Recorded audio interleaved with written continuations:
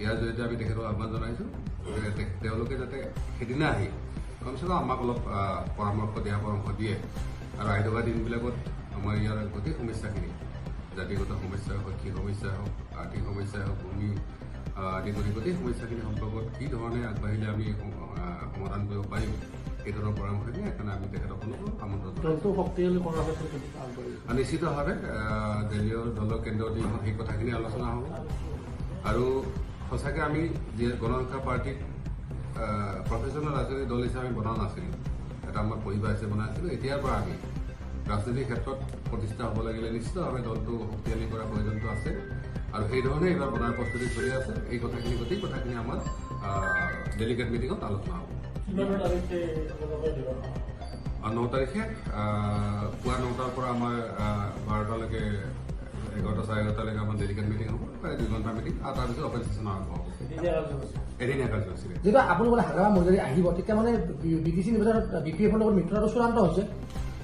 নিশ্চিতভাৱে আমি কৈছিলোঁৱে যে আলোচনা চলি আছে আলোচনা পৰ্যায় এতিয়াও আমি আচলতে অপেনলি খেলি নে মিলামিলিকে চিট মিলামিলিকে খেলি নে কি এই গোটেই কথাবিলাক আলোচনা পৰ্বত আছে আৰু মই ভাবোঁ যে হাগ্ৰামা মহিলা ডাঙৰীয়া অহাৰ লগে লগে আপোনালোকে চবেই গম পাইছে এটা পজিটিভ চিগনেল নিশ্চিতভাৱে আমাৰ দলৰ মাজত এলায়েন্স হ'ব কিন্তু কেনেকৈ হ'ব কি হ'ব এটা সময়ত আপোনালোকে অৱগত হ'ব কিমানখন আসন লাভ কৰিব মিত্ৰৰ দলে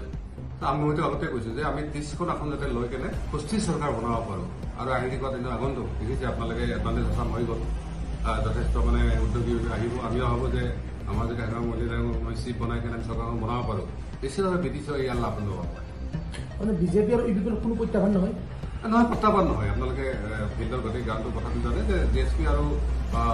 BPF এলায়েন্স হোৱাৰ লগে লগে ইয়াত সমীকৰণ সম্পূৰ্ণ সলনি হৈ যাব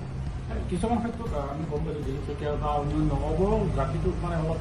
বেয়া মন্তব্য দিয়া আমি দেখিছোঁ বা ভাষণ প্ৰসংগতো দিয়া দেখিছোঁ নাই শইকীয়া ডাঙৰীয়া হ'ল বা বিজেপিৰ মূল মতটো হ'ল সনাতনী তেওঁলোকে সনাতনীসকলক একত্ৰিত কৰি কেনে তেওঁলোকে আচলতে ৰাজনীতি কৰে কিন্তু আপোনালোকে বিদেশী কথাটো জানে ইয়াত বিশেষকৈ ভূমি সমস্যাটো আৰু ঠিক তেনেকৈ আমাৰ গাঁও গঠনৰ বিষয়টো আছিল আমাৰ CM ছাৰে ইতিমধ্যে কৰি দিলে যে বিজেপিৰ দ্বাৰা গাঁও গঠনটো সম্ভৱ নহয় আৰু ইতিমধ্যে আপোনালোকে জানে বাকী সমস্যাবিলাক তেওঁলোকে 10 বছৰ পালে সমাধান কৰিব পৰা নাই তেনেকুৱা ক্ষেত্ৰত তেওঁলোকৰ ৰাজনীতি বেলেগ আমাৰ ৰাজনীতি বেলেগ কোনে কি কৰে কৈ থাকক কিন্তু আমি ভাবোঁ যে আমাৰ যিখিনি ৰাইজ আছে আমি সেই ৰাইজখিনিক লৈ কেনে ধুনীয়াকৈ আমি চৰকাৰখন বনাব পাৰোঁ আহি থকা দিনত আমাৰ এই সমস্যাখিনি সমাধান কৰাৰ ক্ষেত্ৰত BPF আৰু আমি একেলগে কাম কৰিম বুলি আমি প্ৰতিশ্ৰুতি ভাঙনমুখীও হৈছে তেওঁলোকক আকৌ আমি ঘূৰাই অনাৰ চেষ্টা নিশ্চিত আমি আমাৰ JSP বা অৱৰ পৰিয়ালৰ যিমান লোক আছে মই সকলোৱে কৈছোঁ যে এই সময় আচলতে একত্ৰিত সময় একত্ৰিত হোৱা সময় ভাঙনৰ সময় নহয় কাৰণ মানে দেখিছে যে বাকীবিলাকে যিবিলাক ৰাজনীতি কৰিলে তাত কেৱল বিভাজন আছে তাত কিন্তু সমস্যা সমাধান নাই গতিকে হয় এই ক্ষেত্ৰতে মই আৰু এটা কথা কৈ থওঁ যে এইবাৰ কিন্তু গোটেই ৰাজনীতিটো আমাৰ কেনেকৈ ডিভিজনটো কৰিব পাৰে কাৰণ JSPৰ ওপৰতে সম্পূৰ্ণ আশা ভৰসা যে JSP যদি ভাঙি চিঙি চুৰমাৰ কৰি দিব পাৰে JSP নামৰ চেণ্টিমেণ্টটো খতম কৰি দিব পাৰে তেতিয়াহ'লে বাকীবিলাক ছাকচেছ হোৱাৰ পৰাই সক্ষমতা আছে কিন্তু আমি চিঞৰলি কৈছোঁ যে এইবাৰ এইটো সম্ভৱ নহয় আমি থিয় হৈ আছোঁ আমাৰ হৈ বয়ে যিমান যিসকল আছে সকলোৱে আছে নিশ্চিতভাৱে এইবাৰ আমি সফল হ'ব পাৰিম তাৰমানে এইবাৰ প্ৰমোদ বৰুৱা চুটি নাথাকে আৰু না আমিতো ভাবোঁ প্ৰমোদ বৰুৱা এইবাৰ কোনো কাৰণে চিভ হ'ব নোৱাৰে নেক্সট বাৰ তেওঁৰ কথাটো বেলেগ কিন্তু এইবাৰ হাগ্ৰামা মহিলাই চিভ হ'ব এইটো কোনো সন্দেহ নাই যিহেতু আপুনি লোকসভাত ষড়যন্ত্ৰ কৰি হ'ল এইবাৰ পৰিষদীয় নিৰ্বাচনত আপুনি নিৰ্বাচন কৰাৰ কিবা সম্ভাৱনা আছে ৰাজনীতিত ষড়যন্ত্ৰ এটা পাৰ্ট আছে গতিকে আমি ভাবোঁ যে সেই ষড়যন্ত্ৰৰ পাৰ্টটো মানে অভাৰকাম কৰি কেনে সেইটো ষড়যন্ত্ৰ বিফল কৰি কিবা আমি জিকিব পাৰিম গতিকে সেই ধৰণৰ গোটেই পলিচি আমাৰ মাজত আলোচনা হৈছে আমি ভাবোঁ সেইখিনি কাৰ্যকৰী হ'লে নিশ্চিতভাৱে আমাৰ ওপৰত যিসকলে ষড়যন্ত্ৰ কৰিছে তেওঁলোকে উচিত শিক্ষা পাব বুলি মই ভাবোঁ BTC নিৰ্বাচন আপুনি প্ৰতিদ্বন্দ্বিতা কৰিবনে নাই এই কথাটো আমাৰ এতিয়াও আমাৰ এই ধৰণৰ কোনো কথা অহা নাই আমাৰ EM ডাঙৰীয়া আছে ঠিক তেনেকৈ বাকীসকল প্ৰস্তুতি চলাই আছোঁ আমাৰ ইলেকশ্যনৰ ওপৰত কোনো সিদ্ধান্ত বা তেনেকুৱা আলোচনাই হোৱা নাই মানে আপোনালোকৰ লক্ষ্যটো হাগ্ৰামাক চিট বনোৱা চব আমি হাগ্ৰামাৰ নেতৃত্বত হওক চৰকাৰখন আৰু নেতৃত্বত হ'লে তেওঁৱে চিভ হ'ব গতিকে আমি সহযোগী হিচাপে তেওঁক মানে চিট জিকাৰ ক্ষেত্ৰত হওক ভৱিষ্যতে কাৰ্যপন্থা সমাপনৰ ক্ষেত্ৰত হওক সমস্যাবিলাক সমাধানৰ ক্ষেত্ৰত হওক কাৰণ আজিৰ দিনত অকল হাগ্ৰামা মহিলাই ক'লে ৰাইজে হয়তো বিশ্বাস নহয় যে মাটিৰ সমাধান হ'ব কিন্তু আমি যদি লগত থাকি কওঁ তেতিয়াহ'লে নিশ্চিতভাৱে হ'ব কাৰণ আমি আমাৰ ৰাইজক আমি এইখিনি পৰিস্থিতি আমি দিব বিচাৰিছোঁ যে আমি অংশ হিচাপে থাকি যে BTC যদি কমচে কম 6-7টা ইয়াত যদি আমাৰো থাকে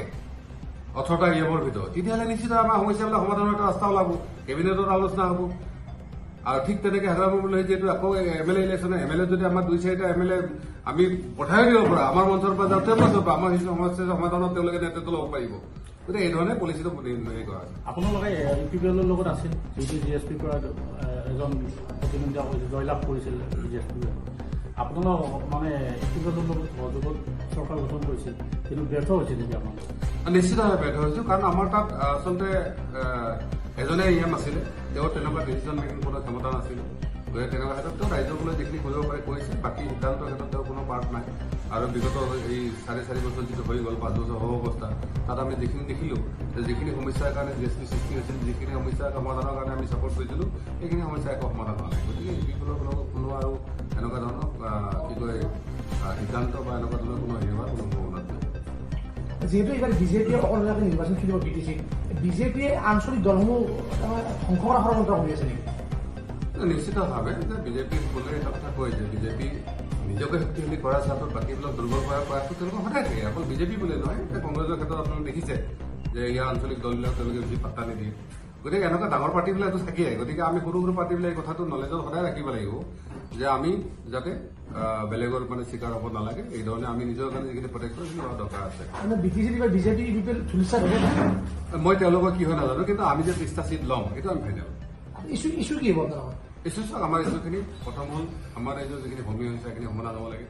অসমীয়া ভাষাটো ইয়াত যথেষ্টভাৱে সাংবিধানিক স্বীকৃতি পাব লাগে। ঠিক তেনেকৈ আমাৰ যিখিনি আৰ্থিক সমস্যাবিলাক আছে, আজি দেখিছে যে পাৰ্টি নহ'লে আপুনি সাধাৰণ মানে কি কয় অৰুণোদয় এখনো নাপায়, সাধাৰণ যিখিনি সুবিধা আছে সেইখিনিও নাপায়। আৰু যদি আপুনি পাৰ্টিৰ মানুহ হয় আপুনি চাকৰি পৰ্যন্ত পায়। যে আমাৰ যিখিনি মানুহ ভিক্টিম হৈছে সেইখিনি মানুহক আমি যাতে তেওঁলোকক এটা ন্যায্যতা দিব পাৰোঁ, চাকৰিৰ ক্ষেত্ৰত হওক, বিভিন্ন কাম কাজৰ ক্ষেত্ৰত হওক, ভূমিকে আদি কৰি যিবিলাক সমস্যা সেইবিলাক সমাধান কৰাৰ ক্ষেত্ৰত হওক, এই গোটেই কথাখিনি যাতে আমি সমাধান কৰিব পাৰোঁ।